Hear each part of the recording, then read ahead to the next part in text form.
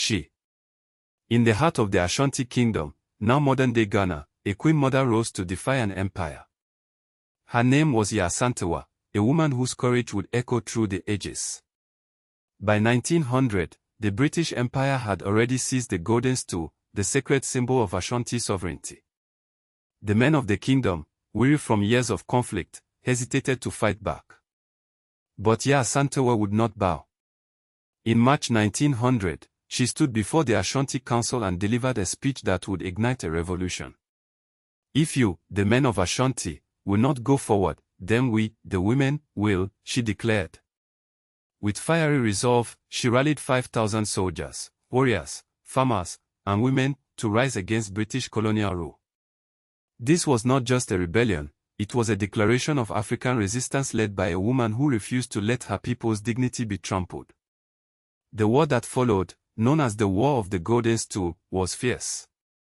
For months, Yaa Asantewaa's forces waged guerrilla warfare, outsmarting the British with their intimate knowledge of the land. They besieged the British fort at Kumasi, cutting off supplies and forcing the colonial forces into desperation. But the story takes an even more astonishing turn. Yaa Asantewaa was not just a leader, she was in her 60s at the time. Imagine a woman of her age, commanding an army, strategizing battles, and inspiring thousands to fight for their freedom.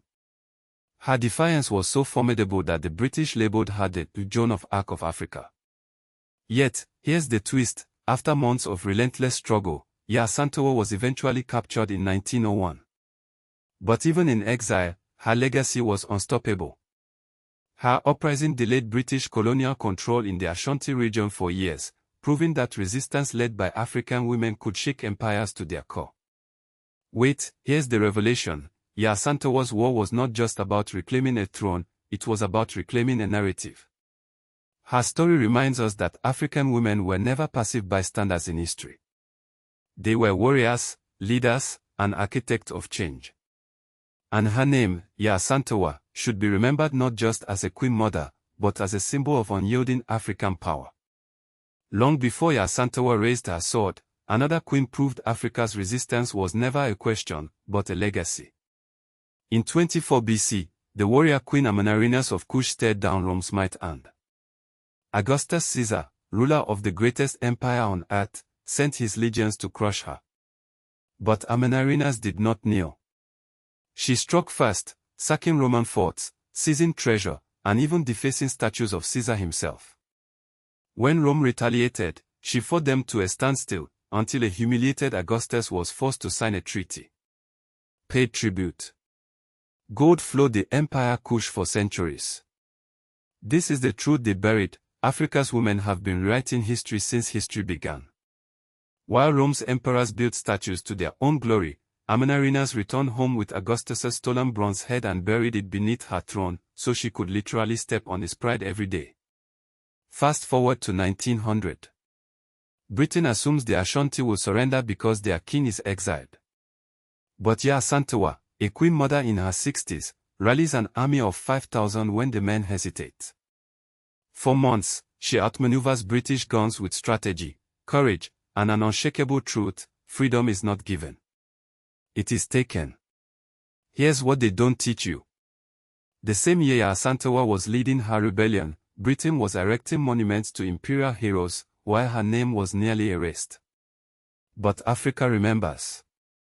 Because when the world says never, our queens say watch me. And now, the revelation, that bronze head of Augustus, the one Amanirenas stole. It was dug up in Sudan. And so, Yaa Asantewaa's legacy echoes louder than ever. In a time when men hesitated, she stood tall, rallying 5,000 soldiers to defend her people's freedom. Her courage wasn't just about resistance, it was a declaration that African women have always been pillars of strength and leadership. Today, her story reminds us that the fight for dignity, justice, and self-determination is far from over. Across Africa, women continue to break barriers, lead movements, and reshape economies. Yaa Asantewaa's spirit lives on in every woman who dares to dream, to speak, and to act. At Pono Afrique, we celebrate this legacy by empowering creators with tools like the Creator Kit, designed to amplify your voice and vision. For just $47, it's your turn to tell stories that inspire and ignite change. Follow at @PornoAfric for Africa Plus Money Plus Wisdom Fire. Because history isn't just written, it's lived, shaped, and owned by those who dare to lead.